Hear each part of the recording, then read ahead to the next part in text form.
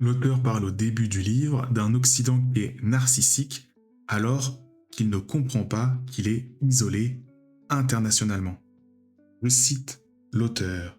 Il est frappant en effet de constater à quel point l'Occident, depuis le début de cette crise, aussi bien sa branche américaine que sa branche européenne, est convaincu contre toute réalité objective qu'il est toujours le centre du monde, ou, mieux encore, qu'il en représente la totalité.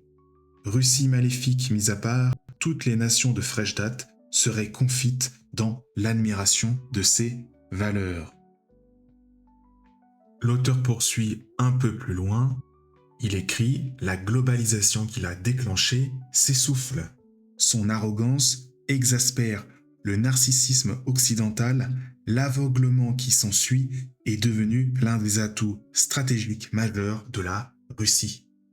Or, l'Occident est isolé internationalement.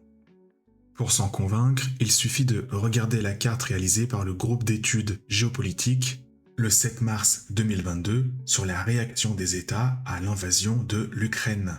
Si nous mettons de côté les 4 pays d'Amérique latine, la sphère occidentale ne rassemble que les alliés ou protectorats militaires des États-Unis.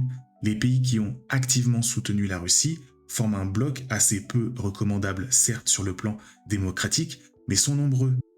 Cela comprend la Syrie, la Birmanie, la Corée du Nord, le Venezuela et l'Érythrée.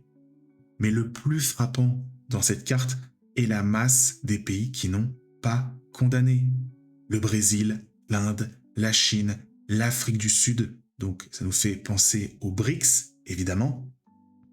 Et cela montre que l'Occident est bien isolé internationalement.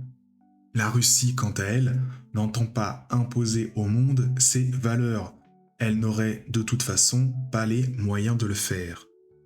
Les sanctions économiques qu'a voulu imposer l'Occident à la Russie n'ont donc pas fonctionné, parce que l'auteur précise bien que pour fonctionner, les sanctions économiques doivent abolir la neutralité des autres belligérants et obtenir leur participation. Le moins que l'on puisse dire, c'est que les pays du reste du monde n'ont en majorité pas appliqué ces mesures coercitives.